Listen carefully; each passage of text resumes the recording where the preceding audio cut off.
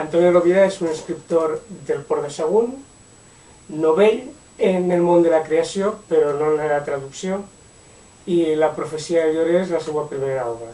És difícil classificar-la perquè té moltes dades històriques, però no és una novel·la històrica. Diguem-ne que és una novel·la d'acció, fonamentalment, amb bastiments històrics. El llibre comença com una novel·la policíaca, però arriba un punt en el qual els personatges fan un bot temporal a l'edat mitjana. I clar, he tractat d'oferir moltes dades històriques, no? Evidentment no és novel·la històrica, però sí que es veu molt bé el món d'aleshores amb molta versemblança. Una religió herètica que va fer-li molta por a l'Església Catòlica, no? Sobretot al Lleuador, no? Perquè predicaven el cristianisme autèntic, el que imitava l'exemple cristià, i tenien molts seguidors. I de fet, si no els hagueren cremat a tots, hagueren tingut èxit segur.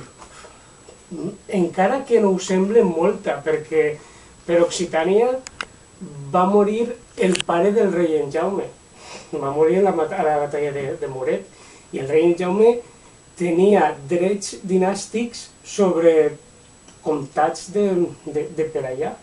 O sigui, per descomptat, perquè està contada com si fos un videojoc, diguem-ne, no? Té molta acció, les descripcions no destorben, no? Són concretes, concises i no destorben el desenvolupament de l'acció i se llig molt bé. A més, tenen un component una miqueta cinematogràfic, no? És quasi com si llegís un videojoc. Doncs un estàndard, jo soc molt normatiu, tracte que qui llisca la meva obra després puga superar tranquil·lament un examen del superior o del mitjà perfectament. Aleshores, he tractat de ser purista, però sense excedir-me, no? Els personatges, quan parlen entre ells, utilitzen un valencià popular, però sempre normatiu. Encara que el registre baixi una miqueta, sempre és normatiu. De creació, sí. També he traduït coses, no? He traduït la versió reduïda del Tirant-lo Blanc, de Josep Palomero, i el tatuatge del Sapatri a l'italià. La influència de Joanot Martorell es percep des de la primera línia, no?